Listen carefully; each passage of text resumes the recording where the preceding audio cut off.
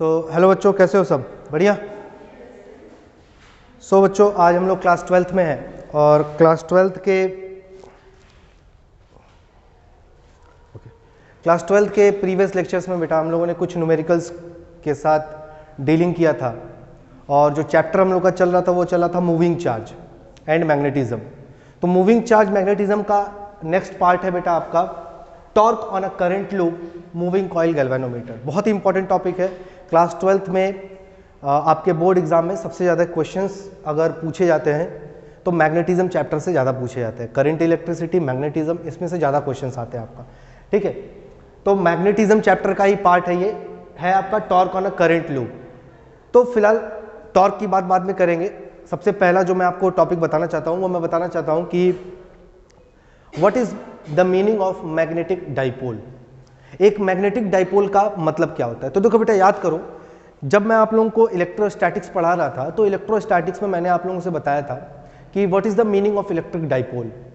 How many student know the meaning of electric dipole? कितने ऐसे बच्चे जिनको इलेक्ट्रिक डाइपोल पता है क्या होता है? When two equal and opposite charges are placed at a least distance, that forms a dipole, है ना, उसको हम लोग इलेक्ट्रिक डाइपोल कहते हैं। तो इलेक्ट्रिक डाइपोल की तरह ही होता है बेटा मैग्नेटिक डाइपोल। क्या होता है? Magnetic dipole. तो वहां पर दो इक्वल एंड ऑपोजिट चार्जेस थे, यहां पर दो हमारे पास क्या होंगे? पोल्स होंगे, क्योंकि मैग्नेट के पास क्या होते हैं? पोल्स। तो जब दो magnetic poles that is north pole and south pole को एक दूसरे से सेपरेट करके रखते हैं तो वो एक क्या बनाता है? मैग्नेटिक डाइपोल बनाता है। ठीक है, so magnetic dipole is the construction of separation of two magnetic poles, north pole and south pole. Clear है? कोई दिक्कत?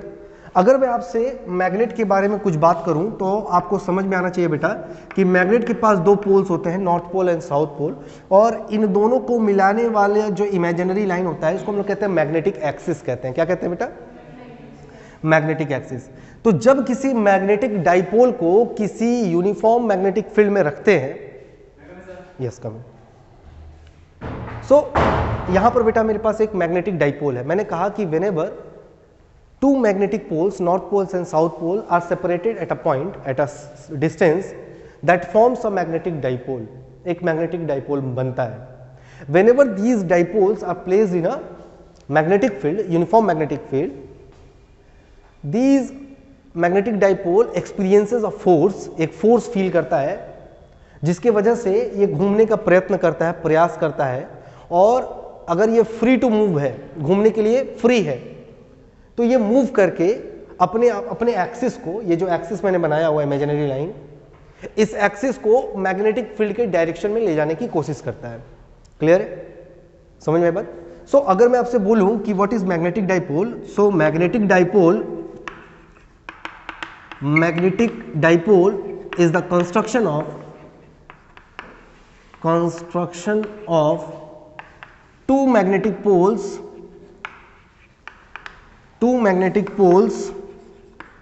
separated at a distance. Clear है? When these dipole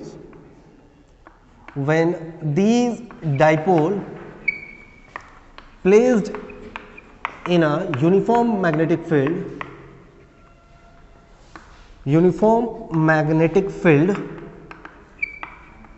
a force acted on it and the axis of magnetic dipole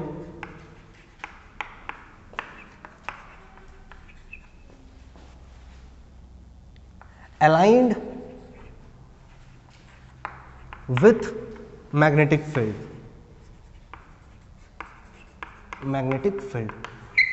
मैंने क्या बोला बेटा? मैंने बहुत सिंपल सी बात बोला कि मैग्नेटिक डाइपोल को अगर किसी यूनिफॉर्म मैग्नेटिक फील्ड में रखते हैं तो यूनिफॉर्म मैग्नेटिक फील्ड में रखने की वजह से इस मैग्नेटिक डाइपोल के ऊपर एक फोर्स एक्ट करता है। वो फोर्स इस मैग्नेटिक डाइपोल को घुमा करके किधर ले जाने का प्रयास करता है?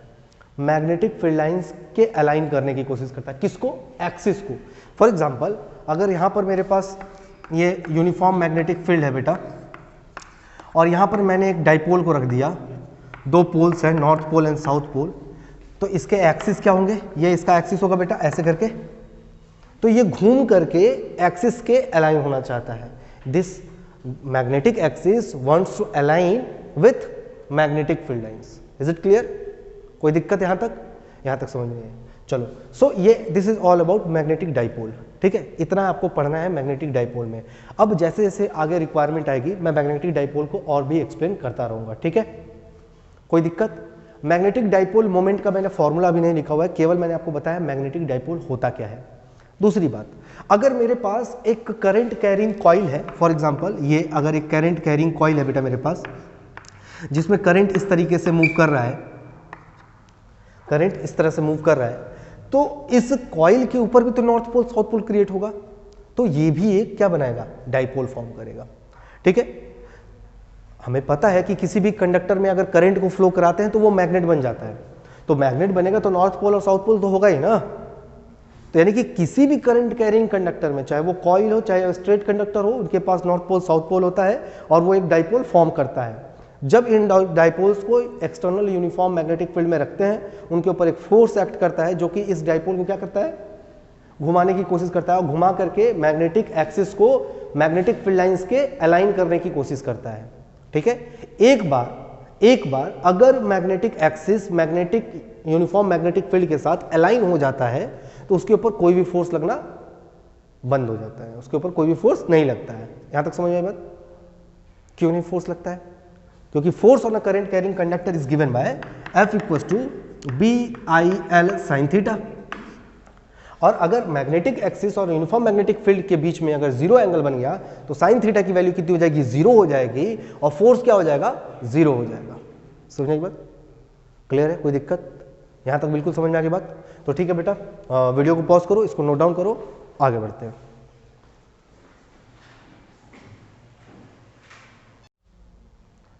ओके बच्चों, सो अब आपका जो टॉपिक है वो होगा torque on a current carrying loop. एक मेरे पास लूप होगा, रेक्टेंगुलर लूप है, इस लूप में एक करंट मैं फ्लो करा रहा हूं और उस करंट के फ्लो होने की वजह से इसके ऊपर एक टॉर्क लगेगा। वो टॉर्क कितना होगा मुझे वही कैलकुलेट करना है। तो फिलहाल सबसे पहला जो क्वेश्चन होता है वो टॉर्क क्या होता है, व्हाट इज टॉर्क? तो torque is the couple of force, मतलब कपल ऑफ फोर्स यानी कि दो फोर्स होते हैं, मैग्नीट्यूड इक्वल होता है, डायरेक्शन ऑपोजिट होता है। ठीक है, तो इस तरह से जो फोर्स एक्ट करता है उसको हम लोग क्या कहते हैं, टॉर्क कहते हैं। तो यहां पर मैं टॉर्क का फॉर्मूला लिख दे रहा हूं, torque equals to force into perpendicular distance. Torque का ये फॉर्मूला होता है, फोर्स इनटू परपेंडिकुलर डिस्टेंस। इस टॉपिक को समझने के लिए सबसे पहले आपको डायग्राम समझना पड़ेगा बेटा, और मैं डायग्राम आपको एक बार एक्सप्लेन कर रहा हूं। यहां पर मेरे पास एक रेक्टेंगुलर कॉइल है PQRS, जिसको एक एक्सटर्नल यूनिफॉर्म मैग्नेटिक फील्ड में रखा गया है, जिसका दिया हुआ मैंने वैल्यू B। ठीक है, क्लियर है? कोई दिक्कत? कोई दिक्कत नहीं। आप देख रहे हो कि करंट जो है वो P से Q जा रहा है, Q से R जा रहा है, R से S जा रहा है, S से P जा रहा है कॉइल में। ठीक, कोई दिक्कत? कोई दिक्कत नहीं। ये कॉइल कैसा है, रेक्टेंगुलर है। कैसा है बेटा? रेक्टेंगुलर है। तो अगर रेक्टेंगुलर क्लोज लूप बना रहा है तो इसका एरिया वेक्टर कैसा होगा? मैंने आप लोगों को एरिया वेक्टर के बारे में पढ़ाया था, याद है? एरिया वेक्टर कैसे निकालते हैं? कोई क्लोज लूप होता है, उस क्लोज लूप के ऊपर एक परपेंडिकुलर ड्रॉ कर देते हैं, वही होता है किसका, एरिया वेक्टर हो जाता है ना। चलो, तो यहां पर एक क्लोज लूप है जो कि एक एरिया फॉर्म कर रहा है। इसका अगर मुझे एरिया वेक्टर लिखना होगा तो कैसे लिखेंगे, परपेंडिकुलर ड्रॉ कर देंगे, है ना। चलो ठीक है, यानी कि इसके ऊपर अगर मुझे परपेंडिकुलर लिखना हो तो परपेंडिकुलर, तो ऐसे करके। एक्चुअली ये रेक्टेंगुलर कॉइल है, इससे बाहर निकलेगा या फिर इसके अंदर, दो परपेंडिकुलर हो सकता है ना, अंदर भी हो सकता है या फिर बाहर भी हो सकता है। तो डायरेक्शन क्या होगा एरिया वेक्टर का, उसको निकालने के लिए जरा सा करंट का रोटेशन देखो, ऐसे है।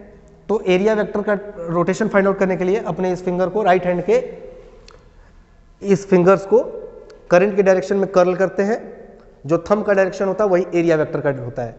देख लो कैसे करते हैं बेटा, ये देखो राइट हैंड के जो 4 फिंगर है और थंब, इनको 90 डिग्री पे रखते हैं, फिंगर्स को कर्ल करते हैं in the direction of current, and जो थंब का रिप्रेजेंटेशन होता है वो एरिया वेक्टर का रिप्रेजेंटेशन होता है।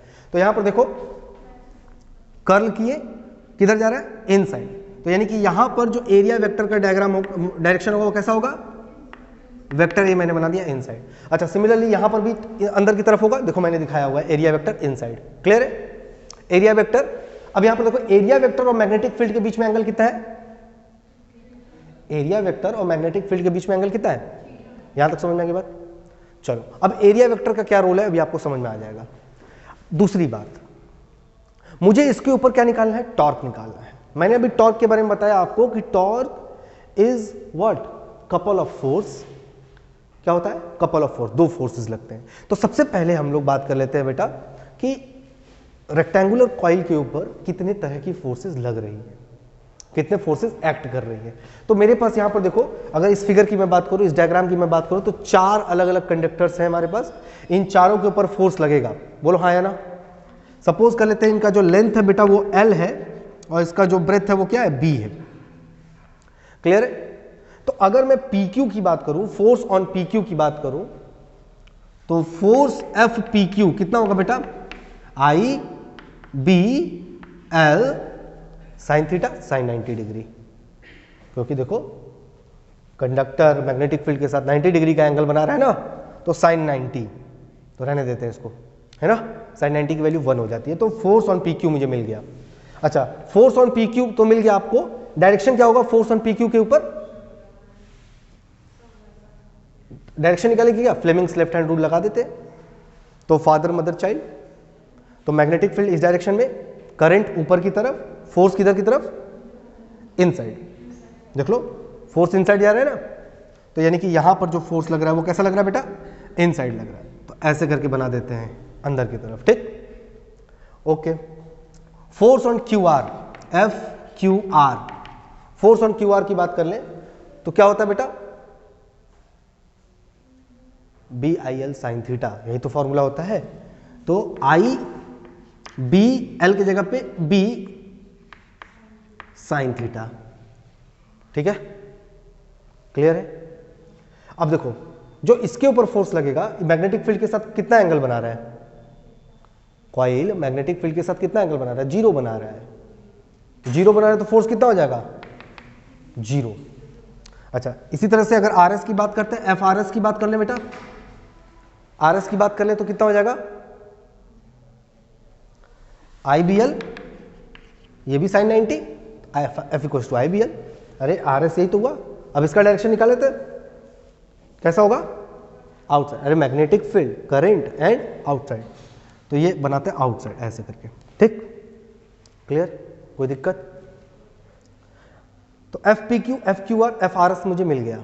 अब मैं निकाल लेते क्या, FSP, ये भी कितना हो जाएगा बेटा, 0 हो जाएगा, क्योंकि देखो 180 डिग्री का एंगल बनाएगा, वैल्यू 0 हो जाएगी।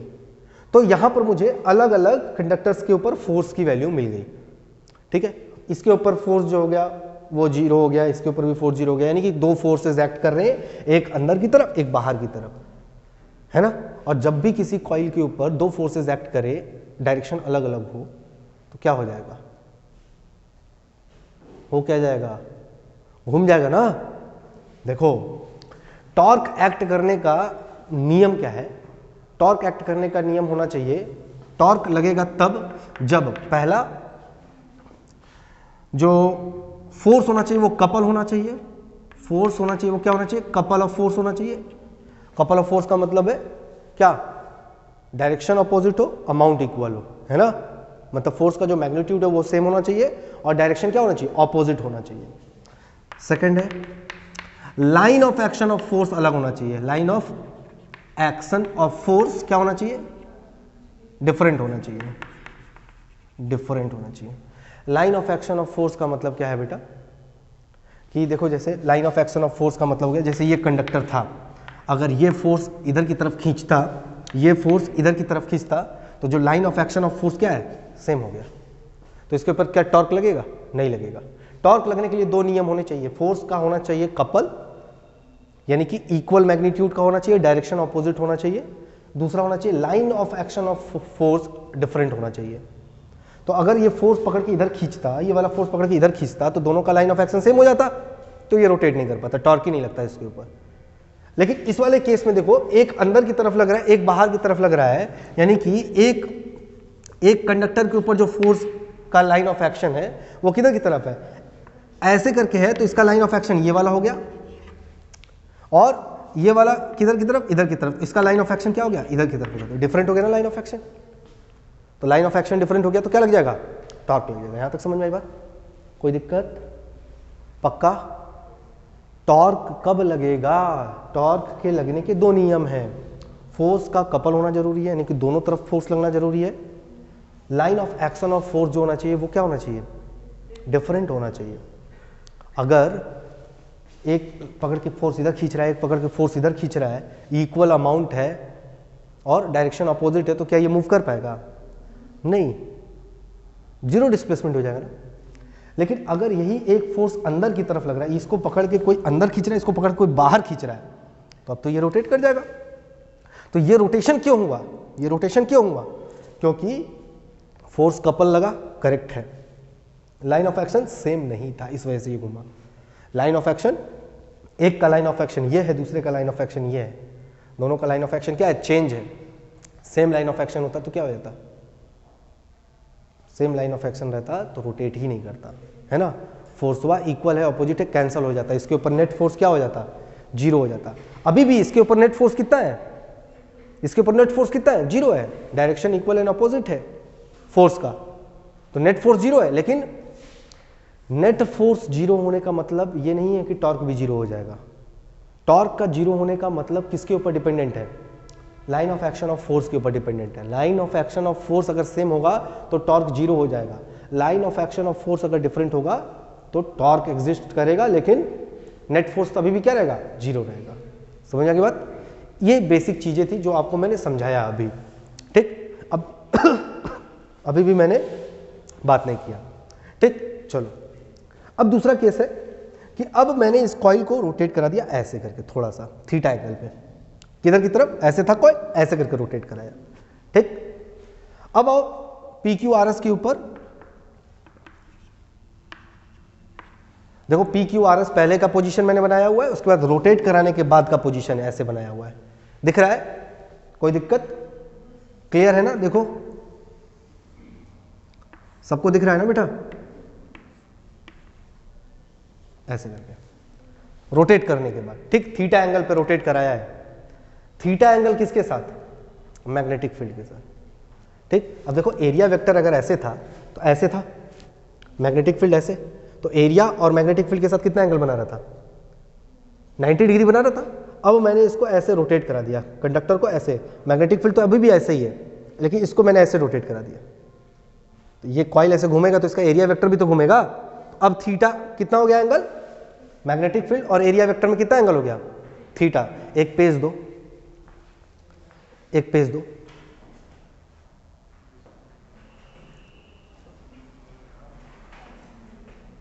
पांच मिनट बचा हुआ।